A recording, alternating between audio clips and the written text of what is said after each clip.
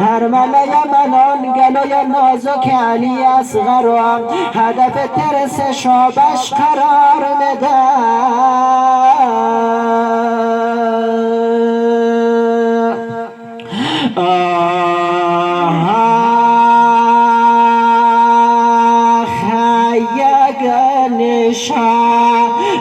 نامد از ملک حجاز حرملا این دم تو کار وی بساز. صدا بزنه هر ملا مگه سپیده گلوی علی اصغر رو نمیبینه؟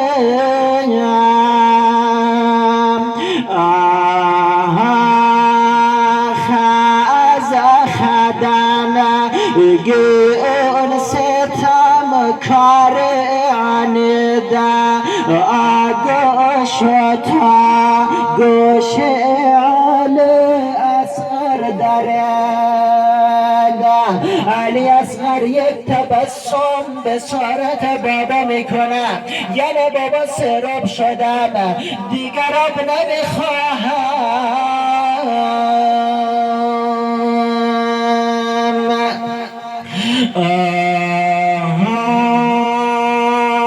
یک تبسم جانب بابا نموده و یعنی ای بابا گلویم پاره شده و یعنی ای بابا گلویم پاره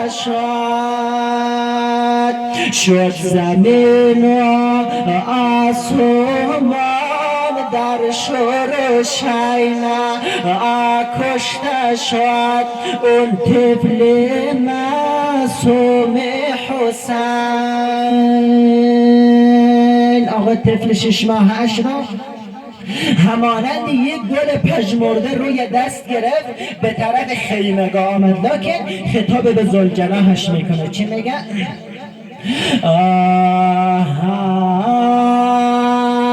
ای ذوالجلال استروا این اصغر مازرده است، تیرش رسیده بر گلو مانند گل پژمرده است. ای ذوالجلال استروا اصغر دم جان دادن است، چشمش به گردش آمدم روحش به وقت رفتن است.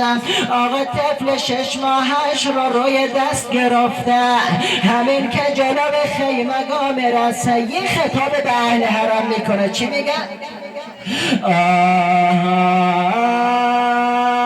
بیایید از حرم برونه ز میدان اصغرم آمده، ز میدان زمان نوریم دو چشمان ترم آمده، ز میدان زمان نوریم دو چشمان ترم آمد. صلی الله علیک یا اهل بیت النبوة. اللهم ندعوك ونسألك باسمك العظيم الأعظم الأعز جل الأكرم بدماء شهدائنا وبإمام زماننا رحمت يا الله.